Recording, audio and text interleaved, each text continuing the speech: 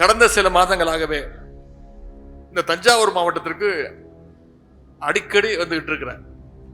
கடந்த 3 மாதங்களை பார்த்தீங்கன்னா 4 முறை இந்த தஞ்சாவூர் மாவட்டத்திற்கு நான் வருகை தந்திருக்கிறேன். அப்படியே நான் வரலனாலும் இந்த அரசு என்னை கைது செஞ்சு அவங்களே என்ன இந்த தஞ்சாவூர் மாவட்டத்துக்கு அழைச்சிட்டு வராங்க. இந்த கைது நடவடிக்கைக்கெல்லாம் பயந்தவன் கிடையாது இந்த உதயநிதி என்பதை இந்த அரசுக்கு இந்நேரம் தெரிஞ்சிருக்கும்.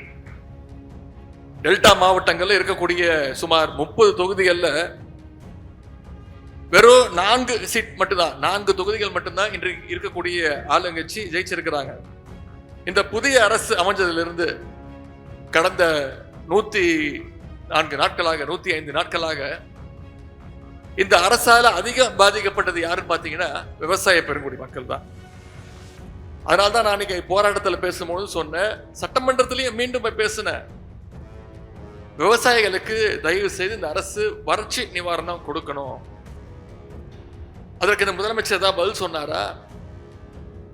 பதில் சொல்றேன்னு சொல்லி ஏற்கனவே சிறப்பு தொகுப்பு கொடுத்துட்டோம் அப்படின்னாரு. நான் சொன்ன தயவுசெய்து முதலமைச்சர் அவர்களே, சிறப்பு தொகுப்புக்கும் வறட்சி நிவாரணத்துக்கும் வித்தியாசம் இருக்கு, முதல்ல தெரிஞ்சுக்கிட்டு பேசுங்க அப்படின்னு அவையில சொன்னேன். இன்னைக்கு விவசாயிகளுக்கு வறட்சி நிவாரணம் கொடுக்க அரசு கிட்ட நிதி இல்லைன்ட்டாங்க. ஆனா என்ன பண்ணிருக்கிறாங்க, ஆளுங்கட்சி இருக்கக்கூடிய சட்டமன்ற உறுப்பினர்களுக்கு கார் வாங்கி கொடுக்கறதுக்கு இந்த அரசு முடிவு பண்ணிருக்கு. அதற்கு எங்கேருந்து வந்தது இப்போ நிதி? விவசாயிகளுக்கு தேர்தல் வாக்குறுதியில சொன்ன மாதிரி அவங்களுடைய கடன்களை எல்லாம் தள்ளுபடி செய்வதற்கு நிதி இல்லைன்னு சொல்லிட்டாரு முதலமைச்சர். ஆனா இன்னைக்கு ஆளுங்கட்சியில் இருக்கக்கூடிய சட்டமன்ற உறுப்பினர்களுக்கெல்லாம் கார் வாங்கி தரேன்னு இன்னைக்கு முதலமைச்சர் ஒரு அறிவிப்பு வெளியிடுறார். நம்முடைய தலைவர் தெளிவா சொல்லிட்டாரு, நான் இன்னைக்கு சபையில பதிவு செஞ்சிருக்கிறேன், திராவிட முன்னேற்ற கழக சட்டமன்ற உறுப்பினர்கள் எங்களுக்கு யாருக்கும் கார் தேவையில்லை, இந்த அரசு கொடுக்கக்கூடிய அந்த வாகனம் தேவையில்லை, முதல்ல நீங்க விவசாயிகளுடைய பிரச்சனையை தீர்த்து வைங்க அப்படின்னு சபையில சொல்லிட்டேன். திராவிட முன்னேற்ற கழகம் எங்களுடைய தலைவர் இந்த ஸ்டாண்ட் எடுத்திருக்கிறாரு, விவசாய பிரச்சனையை முதல்ல கவனம் செலுத்துங்க, அதற்கு நிதி இல்லைன்னு சொல்லிட்டீங்க, ஆட்சிக்கு வந்தோடனே கஜானாவை தொடச்சி வச்சுட்டு போயிட்டோம்னு சொல்றீங்க, தேர்தல் வாக்குறுதி எதையும் நிறைவேற்றல, மகளிர் உரிமை தொகை 2500 ரூபாய் கொடுக்க போறேன்னு சொன்னீங்க, அது கொடுக்கல, வருஷத்துக்கு 6 கேஸ் சிலிண்டர் கொடுப்பேன் கொடுக்கல, வேலையில்லா இளைஞர்களுக்கு மாசம் 4000 ரூபாய் கொடுக்கறேன்னு சொன்னீங்க, அதை கொடுக்கல, வாக்குறுதியா சொன்ன எதையும் நிறைவேற்றாம இன்னைக்கு சட்டமன்ற உறுப்பினருக்கு கார் வாங்கி தரேன்னு சொல்றது திராவிட முன்னேற்ற கழகம் ஒத்துக்காது, எங்களுக்கு வேணாம் அப்படின்னு சொல்லிட்டேன். நான் இன்னைக்கு சபையிலே பேசுனேன், நாங்களாம் சட்டமன்றத்துக்கு தான் வரோமா இல்ல சூப்பர் சிங்கர் நிகழ்ச்சிக்கு வந்திருக்கோமா அப்படின்னு எங்களுக்கே சந்தேகம் வந்துருது. ஏன்னா முன்னாடி சபையில பேசுவாங்க, கேள்வி கேட்பாங்க, அதற்கு பதில் சொல்லுவாங்க, கேள்வி கேட்டா பதில் சொல்லலாம், பாட்டு பாடினா நான் எப்படி பாட்டு பாட முடியும்? இப்படி அப்படி ஒரு கேடுகட்ட ஆட்சி இன்னைக்கு நடந்துகிட்டு இருக்கு. ஆச்சி மசாலா, எந்த சமையலும் ருசி தேடும் ரகசியம் 20 ரூபாய். திரு MS விஸ்வநாதன், சீதாலட்சுமி ஆகியோருடைய அன்பு மகள் சகோதரி நந்தினி என்ற கற்பகவல்லி ஆகியோருடைய திருமணத்தை பட்டுக்கோட்டைக்கே வருகை தந்து உங்க முன்னிலையில நடத்தி வைப்பதில் மிகுந்த மகிழ்ச்சி அடைகின்றேன். முதல்ல மணமக்களுக்கு நாம் அனைவரும் நம்முடைய வாழ்த்துக்களை தெரிவிச்சுப்போம். மணமகனுடைய தந்தையார் அண்ணன் திரு VK வெங்கடேசன் அவருடைய திருமணத்தை நம்முடைய இனமான பேராசிரியர் தாத்தா அவர்கள் தான் நடத்தி வச்சாங்க. இன்றைக்கு வெங்கடேசனுடைய மகனுடைய திருமணத்தை நான் நடத்தி வைக்கின்ற அந்த பெருமையை பெற்றிருக்கின்ற இந்த வாய்ப்புக்கு முதல்ல என்னுடைய நன்றியை தெரிவிச்சுக்கிறேன். அண்ணன் வெங்கடேசன் அவருடைய குடும்பத்தை பொறுத்த வரைக்கும் அவருடைய தந்தை மறைந்த தோழர் திரு ஐயா கலியமூர்த்தி அவர்கள் கம்யூனிஸ்ட் இயக்கத்துல, பொது உடைமை இயக்கத்துல வெகு சிறப்பாக பணியாற்றியவர். அண்ணன் வெங்கடேசன் அவர்கள் நம்முடைய தலைவர் அவர்களால் ஈர்க்கப்பட்டு இன்றைக்கு திராவிட முன்னேற்ற கழகத்தில் இணைந்து சிறப்பாக பணியாற்றி வருகின்றார். பல்வேறு பொறுப்புகள் இருந்திருக்கிறார். இதில் எனக்கு என்ன இந்த திருமண நிகழ்ச்சியில கலந்து கொள்வதில் கூடுதல் பெருமைன்னா, அண்ணன் வெங்கடேசன் அவர்கள் எங்களுடைய இளைஞரணியில சிறப்பா பணியாற்றி இளைஞரணியினுடைய கண்டுபிடிப்பு தான் அண்ணன் திரு வெங்கடேசன் அவர்கள். முதல்ல அவர் இளைஞரணியில பணியாற்றி இருந்தால் அதன் பிறகு பல்வேறு பொறுப்புகளில் பணியாற்றி இன்றைக்கு சிறப்பாக கழக பணியில ஈடுபட்டு வருகின்றார். அது மட்டும் இல்ல, கழகம் அறிவிச்ச அனைத்து போராட்டங்களையும் கலந்துகிட்டவர் தான் அண்ணன் வெங்கடேசன் அவர்கள். போராட்டங்களை கலந்துகிட்டது மட்டும் இல்லாம கைதாகி சிறை சென்று வந்தவர் தான், அந்த அனுபவத்துக்கும் சொந்தக்காரர் தான் அண்ணன் வெங்கடேசன் அவர்கள். அப்படிப்பட்ட அண்ணன் வெங்கடேசன் அவருடைய இல்ல திருமண விழாவில் கலந்து கொள்வது எனக்கு மிகுந்த பெருமையை தருகின்றது. கடந்த சில மாதங்களாகவே இந்த தஞ்சாவூர் மாவட்டத்திற்கு அடிக்கடி வந்துகிட்டு இருக்கிறேன். கடந்த 3 மாதங்களை பார்த்தீங்கன்னா 4 முறை இந்த தஞ்சாவூர் மாவட்டத்திற்கு நான் வருகை தந்திருக்கிறேன். அப்படியே நான் வரலைனாலும் இந்த அரசு என்னை கைது செஞ்சு அவங்களே என்ன இந்த தஞ்சாவூர் மாவட்டத்துக்கு அழைச்சிட்டு வராங்க. 2 வாரம் முன்பு என்ன நடந்தது என்பதை நீங்க எத்தனை பேரும் பார்த்திருப்பீங்க. 3ஆம் தேதி என்ன நடந்ததுன்னு பார்த்திருப்பீங்க. இந்த தஞ்சாவூர் மாவட்டத்தில், தமிழ்நாட்டில் எங்க பேசினாலும் தஞ்சாவூர் மாவட்டத்தில் பேசும்போது ரொம்ப ஜாக்கிரதையா பேசணும். நாம பேசுறதுனாலும் பரவாயில்ல, கீழே இருந்து பேசி நம்மளை மாட்டி விட்டுருவாங்க. இன்னைக்கு அந்த மாதிரி அண்ணன் துரை சந்திரசேகரன் அவர்கள் என்னை மாட்டி விட்டுருக்கிறாரு சில வார்த்தைகள் எல்லாம் கூறி. அதற்கும் நான் தான் பொறுப்பேற்க வேண்டும். பரவாயில்ல, இந்த கைது நடவடிக்கைக்கெல்லாம் பயந்தவன் கிடையாது இந்த உதயநிதி என்பதை இந்த அரசுக்கு இந்நேரம் தெரிஞ்சிருக்கும். கடந்த 3ஆம் தேதி தஞ்சையிலே விவசாயிகளுக்கு ஆதரவாக அவங்களுடைய கோரிக்கைகளை எல்லாம் நிறைவேற்றணும், இந்த அரசு நிறைவேற்றணும்னு ஒரு மிகப்பெரிய போராட்டத்தை நடத்தணும். நான் தான் வந்து கலந்துக்கிட்டு, என்னுடைய தலைமையில் நடந்துச்சு. நம்முடைய கூட்டணி கட்சி தலைவர்கள்லாம் கலந்துக்கிட்டாங்க, விவசாய சங்கத்தை சேர்ந்தவங்க எல்லாம் வந்து கலந்துக்கிட்டாங்க. நான் தலைமை தாங்கி கடைசியா பேசினேன்.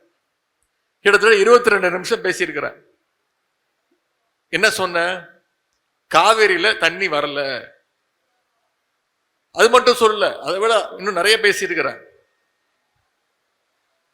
டம்மி முதலமைச்சர் அப்படின்னு ஒரு கேடுகட்ட அரசாங்கம் அமைஞ்சிருக்கு, வெக்கங்கட்ட முதலமைச்சர் அமைஞ்சிருக்கிறார் தமிழ்நாட்டுக்கு அப்படின்னு சொன்னேன். தேர்தல் வாக்குறுதி கொடுத்தீங்களே, அதெல்லாம் நீங்க செயல்படுத்துறதுக்கு உங்களுக்கு வக்கு இல்லை அப்படின்னு சொன்னேன். உடனே அதற்கெல்லாம் அவங்களுக்கு கோபம் வரல. காவேரியில தண்ணி வரலன்னு சொன்னு கோவம் வந்துருச்சு. அதற்காக உடனே இரவோடு இரவாக இங்கேருந்து தஞ்சாவூர்ல இருந்து காவல்துறையினெல்லாம் அமிச்சு அதிகாலையிலே என்னுடைய வீட்டுக்கு வந்துட்டாங்க. காலைல 8 மணிக்கெல்லாம் வந்துட்டாங்க. காவல்துறையினர் கைது பண்ணாங்க. காவல்துறையினர் என்னை கைது பண்ணி தஞ்சாவூருக்கு அழைச்சிட்டு வராங்கன்னு தெரிஞ்சதுமே டெல்டாவில் இருக்கக்கூடிய அனைத்து உடன்பிறப்புகளும் நீங்க தஞ்சையில ஒன்று கூடிட்டீங்க. அதனால தஞ்சாவூர் போனா நிச்சயம் நம்மளால சமாளிக்க முடியாதுன்னு அண்ணன் துரை சந்திரசேகரன் சொன்னாங்க. பாத்தீங்களா? காவல்துறையினர் வண்டியை செங்கிப்பட்டி ஸ்டேஷனுக்கு திருப்பிட்டாங்க. அது மட்டும் இல்ல, நீதிமன்றத்துல இந்த அரசு போய் மன்னிப்பு கேட்டுச்சு. என்ன சொன்னாங்க? நாங்க அவரை கைதெல்லாம் பண்ணலைங்க, விசாரிச்சுட்டு விட்டுருவோம் அப்படின்னு பல்ட்டி அடிச்சாங்க. நம்முடைய வழக்கறிஞர்கள் நீதிமன்றம் போய் கைது பண்ணக்கூடாதுன்னு அவங்களுடைய வாதங்கள்லாம் எடுத்து வச்சாங்க. நான் ஏன் இதெல்லாம் சொல்றேன்னா, நாம மீண்டும் நிரூபிச்சிருக்கிறோம், இந்த டெல்டா மண்டலம் என்னைக்குமே திராவிட முன்னேற்ற கழகத்துடைய கோட்டை என்பதை. ஏற்கனவே சட்டமன்ற தேர்தல் நீங்க புரிய வச்சீங்க. திரு அன்பில் மகேஷ் அவர்கள் சொல்லும் போது குறிப்பிட்டு பேசினார்.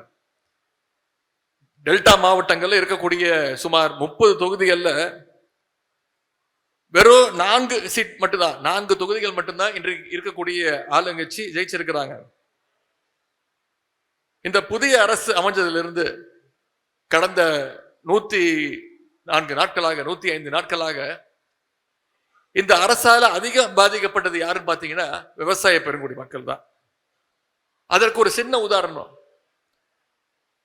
இதற்கு முன்பு இருந்த நம்முடைய திராவிட மாடல் அரசு, நம்முடைய தலைவர் அவர்கள் முதலமைச்சராக இருக்கும்போது கடந்த 5 வருஷம் மேட்டூர் அணையிலிருந்து சரியா ஜூன் 12ஆம் தேதி அன்னைக்கு தண்ணி திறந்து விட்டுருவார். இன்னும் சொல்ல போனா சில வருடங்கள் அந்த தேதிக்கு முன்பாகவே தண்ணீரை நம்முடைய தலைவர் அவர்கள் திறந்து விட்டுருக்கிறாங்க.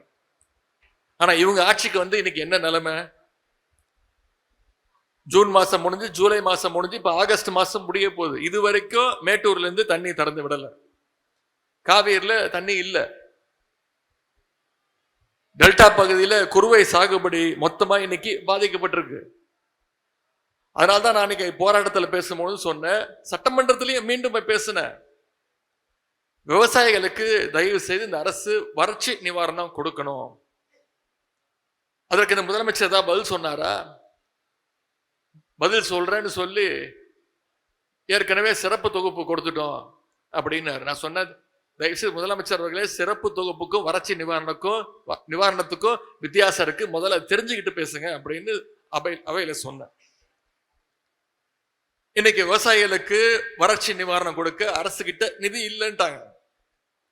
ஆனா என்ன பண்ணிருக்கிறாங்க? ஆளுங்கட்சி இருக்கக்கூடிய சட்டமன்ற உறுப்பினர்களுக்கு கார் வாங்கி கொடுக்கறதுக்கு இந்த அரசு முடிவு பண்ணிருக்கு. அதற்கு எங்கேருந்து வந்தது இப்போ நிதி? விவசாயிகளுக்கு தேர்தல் வாக்குறுதியில சொன்ன மாதிரி அவங்களுடைய கடன்களை எல்லாம் தள்ளுபடி செய்வதற்கு நிதி இல்லைன்னு சொல்லிட்டாரு முதலமைச்சர். ஆனா இன்னைக்கு ஆளுங்கட்சியில் இருக்கக்கூடிய சட்டமன்ற உறுப்பினர்களுக்கெல்லாம் கார் வாங்கி தரேன்னு இன்னைக்கு முதலமைச்சர் ஒரு அறிவிப்பு வெளியிடுறார். நம்முடைய தலைவர் தெளிவா சொல்லிட்டார். நான் இங்க சபையில பதிவு செஞ்சிருக்கிறேன், திராவிட முன்னேற்ற கழக சட்டமன்ற உறுப்பினர்கள் எங்களுக்கு யாருக்கும் கார் தேவையில்லை, இந்த அரசு கொடுக்கக்கூடிய அந்த வாகனம் தேவையில்லை, முதல்ல நீங்க விவசாயிகளுடைய பிரச்சனையை தீர்த்து வைங்க அப்படின்னு சபையில சொல்லிட்டேன். அதுக்கும் சண்டைக்கு வராங்க. அது எப்படி நீங்க வேண்டான்னு சொல்லலாம்? நான் என்ன சொன்னேன், நீங்க வாங்கிக்கோங்க, திராவிட முன்னேற்ற கழகம் எங்களுடைய தலைவர் இந்த ஸ்டாண்ட் எடுத்திருக்கிறாரு, விவசாய பிரச்சனை முதல்ல கவனம் செலுத்துங்க, அதற்கு நிதி இல்லைன்னு சொல்லிட்டீங்க, ஆட்சிக்கு வந்தோடனே கஜானாவை தொடச்சி வச்சுட்டு போயிட்டோம்னு சொல்றீங்க, தேர்தல் வாக்குறுதி எதையும் நிறைவேற்றல, மகளிர் உரிமை தொகை 2500 ரூபாய் கொடுக்க போறேன்னு சொன்னீங்க, அது கொடுக்கல, வருஷத்துக்கு 6 கேஸ் சிலிண்டர் கொடுப்பேன் கொடுக்கல, வேலையில்லா இளைஞர்களுக்கு மாசம் 4000 ரூபாய் கொடுக்கறேன்னு சொன்னீங்க, அதை கொடுக்கல, வாக்குறுதியா சொன்ன எதையும் நிறைவேற்றாம இன்னைக்கு சட்டமன்ற உறுப்பினர்களுக்கு கார் வாங்கி தரேன்னு சொல்றது திராவிட முன்னேற்ற கழகம் ஒத்துக்காது, எங்களுக்கு வேணாம் அப்படின்னு சொல்லிட்டேன். இன்னைக்கு சட்டமன்றத்தில் நடக்கிறத நீங்க அத்தனை பேரும் தொலைக்காட்சியில நேரலையில பார்த்துக்கிட்டு இருக்கீங்க. இந்த ஆளுங்கட்சியினர் இன்னைக்கு ஒவ்வொரு நாளும் என்னென்ன கூத்தெல்லாம் அடிச்சுக்கிட்டு இருக்காங்கிறத நீங்க லைவ்ல பார்த்துக்கிட்டு இருக்கீங்க. நான் இன்னைக்கு சபையிலே பேசுனேன், நாங்களாம் சட்டமன்றத்துக்கு தான் வரோமா இல்ல சூப்பர் சிங்கர் நிகழ்ச்சிக்கு வந்திருக்கோமா அப்படின்னு எங்களுக்கே சந்தேகம் வந்துருது. ஏன்னா முன்னாடி சபையில பேசுவாங்க, கேள்வி கேட்பாங்க, அதற்கு பதில் சொல்லுவாங்க, கேள்வி கேட்டா பதில் சொல்லலாம், பாட்டு பாடினா நான் எப்படி பாட்டு பாட முடியும்?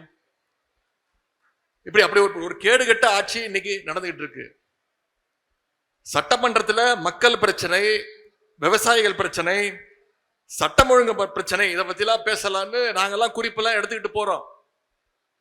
ஆனா நாங்க கேட்கக்கூடிய எந்த கேள்விக்கும் முதலமைச்சர் எந்திரிச்சு பதில் சொல்றது கிடையாது. நீங்க பாத்துக்கிட்டு இருக்கீங்க, தொலைக்காட்சியில பார்த்திருப்பீங்க. ஒரு 4 அமைச்சர்கள் 3 அமைச்சர்கள் தான் இருக்கிறாங்க. அனைத்து கேள்விகளுக்கும் அந்த 3 அமைச்சர்கள் தான் எந்திரிச்சு பதில் சொல்றாங்க. அதுவும் நாங்க கேட்கக்கூடிய கேள்விக்கான பதில் கிடையாது. அனைத்தையும் திசை திருப்புற மாதிரி டைவர்ஷன் டாக்டிக்ஸ், அவ்வளவுதான்.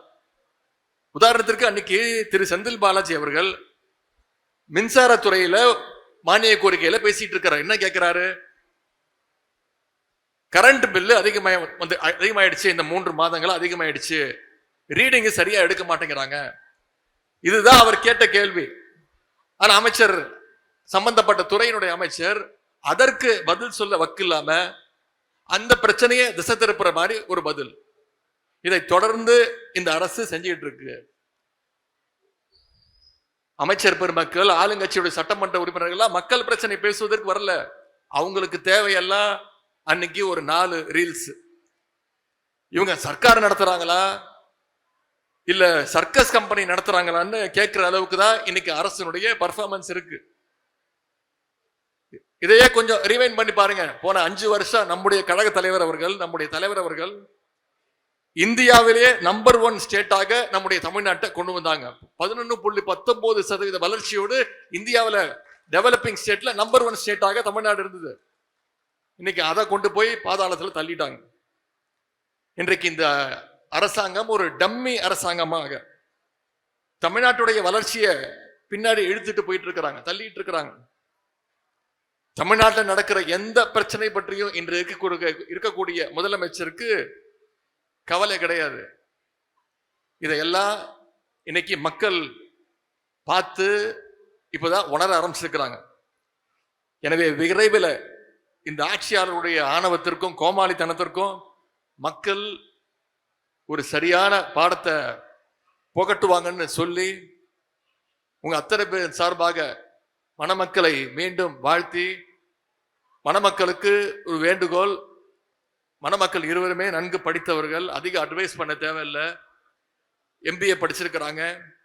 அவங்களுக்கு ஒரே ஒரு வேண்டுகோள், அவங்களுக்கு பிறக்கக்கூடிய குழந்தை அது ஆண் குழந்தையாக இருந்தாலும் சரி, பெண் குழந்தையாக இருந்தாலும் சரி, அதற்கு ஒரு அழகான ஒரு தமிழ் பெயரை அவங்க சூட்ட வேண்டும் என்று கூறிக்கொண்டு மணமக்களுக்கு மீண்டும் ஒரு முறை உங்க அத்தனை பேரின் சார்பாக என்னுடைய வாழ்த்துக்களை தெரிவித்து விடைபெறுகின்றேன். நன்றி, வணக்கம். ஆச்சி மசாலா எந்த சமையலும் ருசி தேடும் ரகசியம் 20 ரூபாய்.